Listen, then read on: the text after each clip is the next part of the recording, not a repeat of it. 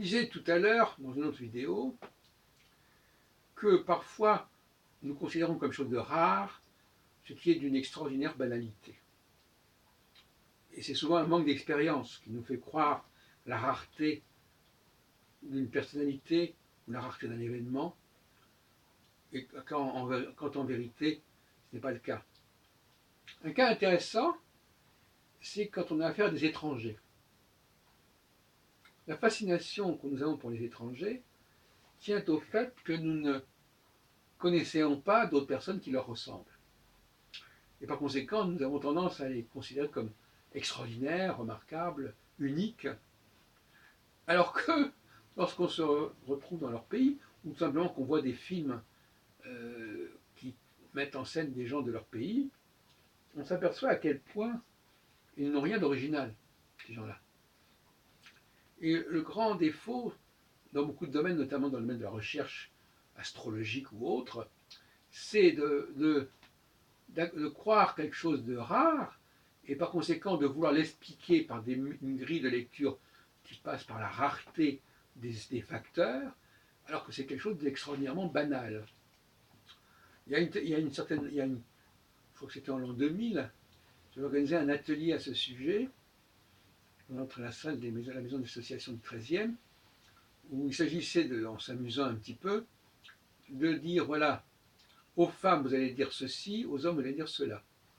Et vous allez dire toujours la même chose, tout en prétextant que c'est le thème de la personne. Et ça marchait très bien. Donc finalement, les gens se croient beaucoup plus uniques qu'ils ne le sont en réalité. Et les astrologues profitent de cette illusion pour vendre leurs marchandises. Et je trouve ça tout à fait scandaleux. Les gens sont banals, quand ils ne le sont pas, c'est parce qu'on ne connaît pas la population, le groupe auquel ils appartiennent, et ils sont remplaçables, et au fond, quand une personne d'un groupe X euh, disparaît, on peut la remplacer, et aujourd'hui on a toujours l'impression que c'est irremplaçable, parce qu'il y a une illusion d'unicité qui est tout à fait, qu'on entretient peut-être plus ou moins cyniquement, en disant oui, elle est vraiment unique, et généralement, donc justement, par exemple, dans ce film, dans un film de Hitchcock que j'ai vu ce soir, dont je parlais dans une autre vidéo, j'ai été notamment frappé par la ressemblance d'un certain nombre de comédiennes de l'époque.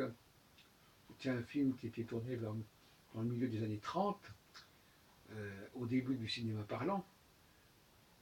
On appelait ça à l'époque en anglais les talking film, film parlant, talking film.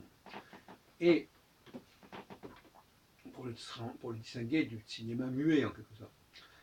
Et j'étais frappé de retrouver chez certaines comédiennes des comportements, des attitudes qui m'avaient séduit chez une femme anglaise vivant en France et dont j'étais amoureux à une certaine époque. Et il est vrai que ça démystifie souvent la personnalité quand on voit des personnes qui ressemblent à la personne en question. De la même façon, à une autre époque, j'avais été amoureux d'une jeune femme qui vivait pas très loin de chez moi, et on avait décidé d'aller voir sa famille dans le sud de la France, à Toulouse. Et ça m'avait frappé, parce que là encore, j'avais trouvé des similitudes, des aires de famille, comme on dit, avec ses frères. Elle n'avait pas de sœur, mais enfin, elle avait des frères, et un de ses frères lui ressemblait beaucoup. Et ça m'avait également gêné. Voyez-vous, donc finalement, parfois, le fait de rencontrer des personnes qui ressemblent à une personne donnée, ou des événements qui ressemblent à un événement donné qu'on croyait tout à fait exceptionnel, tout ça nous amène à repenser nos appréciations sur les gens et sur les événements. Je voulais vous en faire part et vous mettre en garde contre les illusions qui sont liées à notre méconnaissance de la réalité historique ou de l'anthropologie sociale propre à tel et tel pays. On surévalue souvent l'unicité et l'originalité des personnes ou des événements qui nous sont montrés, qui nous sont exposés.